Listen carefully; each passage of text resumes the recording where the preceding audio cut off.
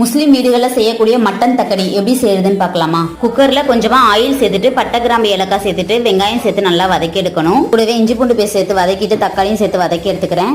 இப்போ இதுக்கு தேவையான மசாலா மல்லித்தூள், மிளகாத்தூள், கரம் மசாலா, மஞ்சள் பொடி சேர்த்து வதக்கி எடுத்துட்டு இது கூடவே டேஸ்ட்டுக்காக தயிர் சேர்த்து வதக்கி எடுத்துக்கிறேன். இப்போ இதுல மட்டனோட சேர்ந்த எலும்பு கறி தான் சேர்த்திருக்கேன். இது ஒரு 2 நிமிஷத்துக்கு நல்லா வதக்கி எடுத்ததுக்கு அப்புறமா தேவையான அளவுக்கு தண்ணீர் சேர்த்துட்டு கூடவே உப்பு சேர்த்துட்டு மூடி போட்டு மூடி வச்சிடலாம். ஒரு 6 விசில் அடிக்கட்டும். நான் அதுக்குள்ள அரிசி மாவுல உப்பு போட்டு கலந்து தண்ணீர் சேர்த்து நல்லா பிசைஞ்சு எடுத்துக்கிறேன். இப்போ மாவை பிசைஞ்சு எடுத்துட்டு நம்மளுக்கு பிடிச்ச மாதிரி ஷேப்ல வந்து நம்ம கொலக்கட்டை போட்டு எடுத்துக்கலாம். இப்போ இது எல்லாத்தையும் போட்டு வச்சதுக்கு அப்புறமா ஒரு பக்கத்துல இருக்கட்டும். தேங்காய் கூட கசகசா முந்திரி பருப்பு சேர்த்து அரைச்சி எடுத்து வச்சிருக்கேன். மட்டன் நல்லா வெந்து வந்ததான்னு பார்த்துட்டு நம்ம அந்த பேஸ்ட்டை வந்து அதுல சேர்த்துக்கலாம். கொஞ்சமா தண்ணீர் சேர்த்துட்டு ஃபைனலா மல்லித்தலையை வந்து தூவி விட்டுருக்கேன். கொஞ்சமா அரிசி மாவை தண்ணியில கரைச்சி எடுத்து வச்சிருந்தேன், அதையுமே சேர்த்துக்கிறேன். இப்போ அந்த கொலக்கட்டையெல்லாம் உள்ள சேர்த்துட்டு ஒரு 10 நிமிஷத்துக்கு கொதிக்க வச்சு இறக்கினா மட்டன் தக்கடி சூப்பரா ரெடி ஆயிரும். இதை ட்ரை பண்ணி பாருங்க, ரொம்பவும் நல்லா இருக்கும். நாளைக்கு வீடியோல பார்க்கலாமா. பாய்.